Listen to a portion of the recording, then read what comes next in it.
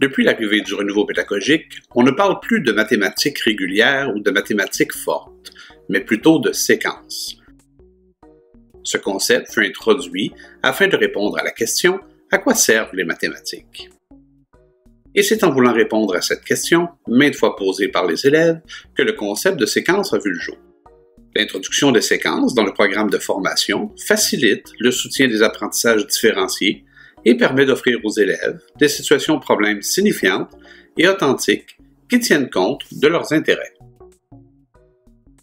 À la fin de la 3e secondaire, les élèves doivent faire un choix entre 3 séquences mathématiques. Ce choix est valide pour la 4e et la 5e secondaire. Par contre, si l'élève le veut, il peut changer de séquence en cours de route. Les séquences sont culture, société, technique, technico-sciences et sciences naturelles. La séquence culture, société et technique s'adresse à celui qui aime les causes sociales, qui aime débattre d'enjeux de société. Et ce parcours dirige vers les secteurs d'emploi comme la gestion, la vente, le commerce. La séquence technico-sciences s'adresse à celui qui comprend en faisant des activités concrètes sur le tas. Il invente, démonte et répare des objets. Et ce parcours dirige vers les secteurs d'emploi comme les techniques médicales, l'ingénierie, le génie mécanique. La séquence sciences naturelles, quant à elle, s'adresse à celui qui aime fouiller, chercher, découvrir, aime réfléchir, observer et analyser les phénomènes.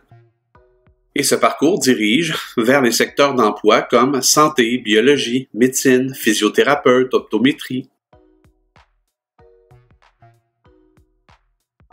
En ce qui a trait aux mathématiques, le régime pédagogique est clair. L'élève doit avoir complété 4 unités de 4e secondaire, peu importe la séquence choisie. Et comme les 3 séquences offrent entre 4 et 6 unités, il n'y a donc aucun obstacle dans le régime pédagogique. Les préalables postsecondaires. Mais pourquoi semble-t-il y avoir un enjeu autour des séquences mathématiques?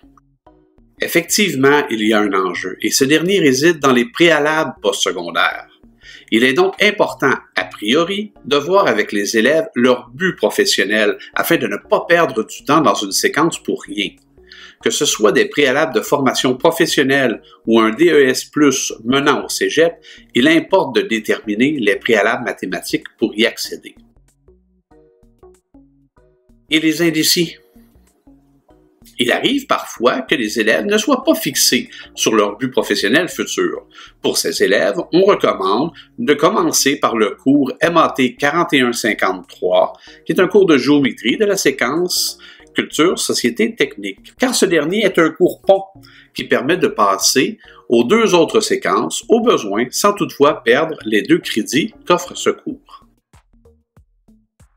En terminant, rien ne vaut mieux qu'une bonne discussion avec les membres de l'équipe centre pour prendre une décision éclairée.